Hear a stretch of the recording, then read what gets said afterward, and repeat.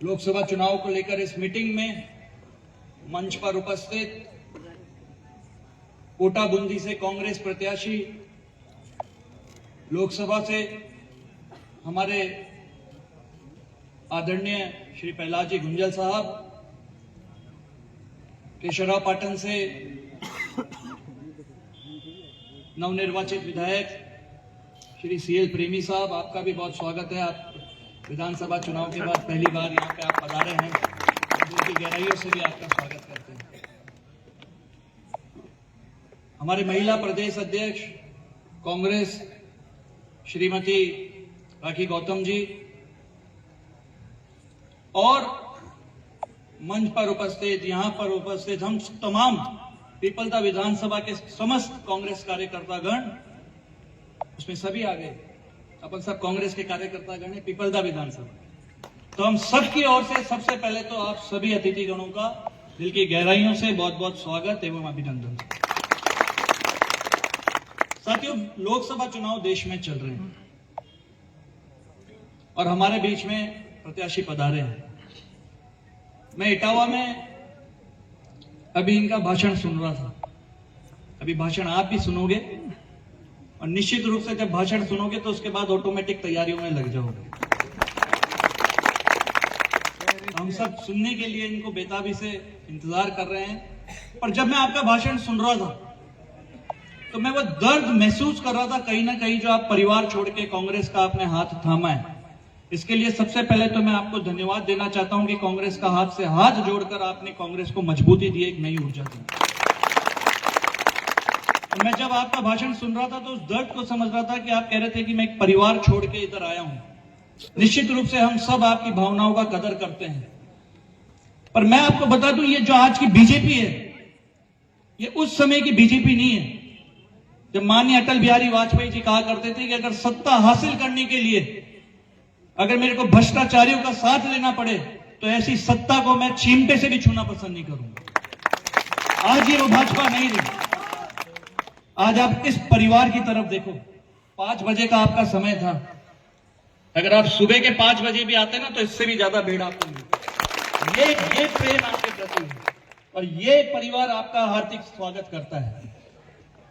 ज्यादा मुझे बोलने की जरूरत नहीं है, पर मैं आप सभी कार्यकर्ता बंधुओं से ये निवेदन करता हूं कि पूरी जी जान लगाकर, एड़ी से चोटी तक की ताकत लगाकर, अपने सारे कामकाज छोड़कर ये एक मौका मिला है, पूरी ताकत के साथ चुनाव की तैयारियों में लग जाओ, जनता को जागरूक करो और हमारे जो लोकसभा के प्रत्याशी हैं श्री प्रहलाद जी गुंजल, उनको भारी मतों से विजयी बनाने के लिए पूरी ताकत लगा दो।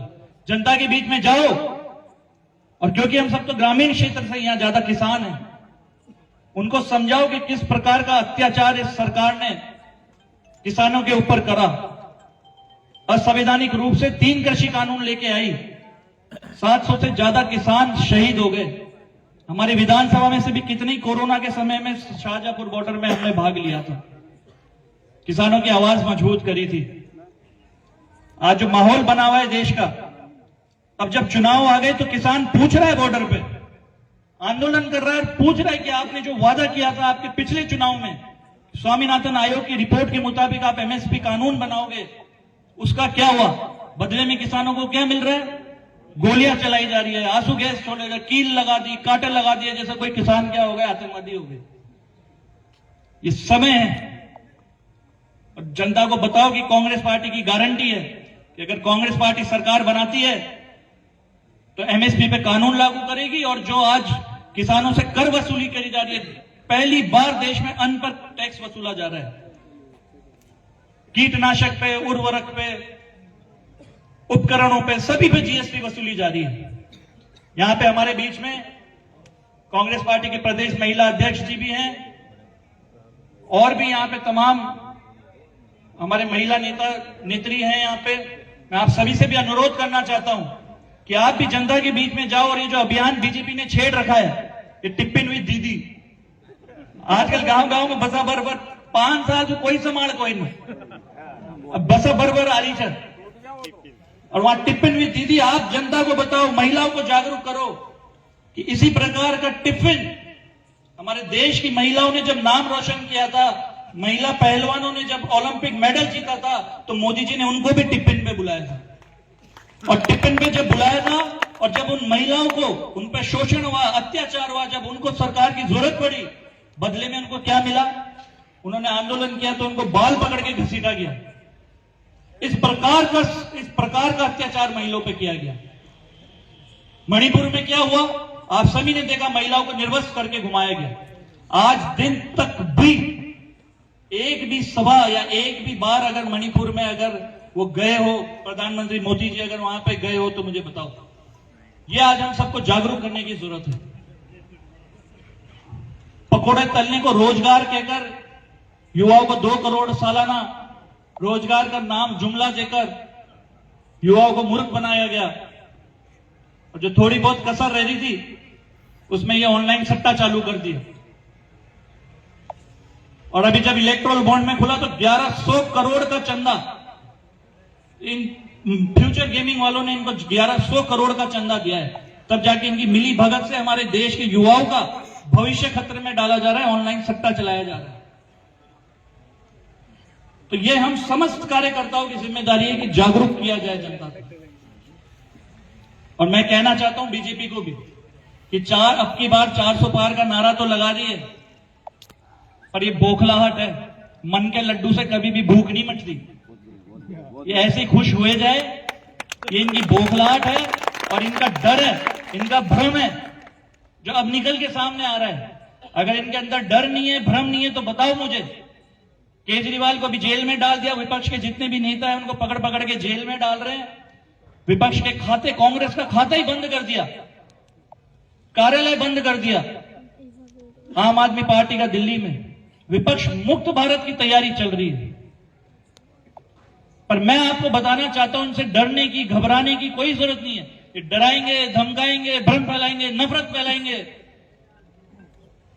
इनसे घबराने की जरूरत नहीं, क्योंकि हम लोग उस पार्टी से है जिस पार्टी का नेता श्री राहुल गांधी जी कितने डराने के बाद, धमकाने के बाद जिसके परिवार ने कुर्बानी दी है देश के लिए, उसमें ईडी की कितनी कार्रवाई करी, संसद से सदस्यता ही रद्द कर दी, पर फिर भी वो आदमी घबराया नहीं, हमारे नेता घबराए नहीं।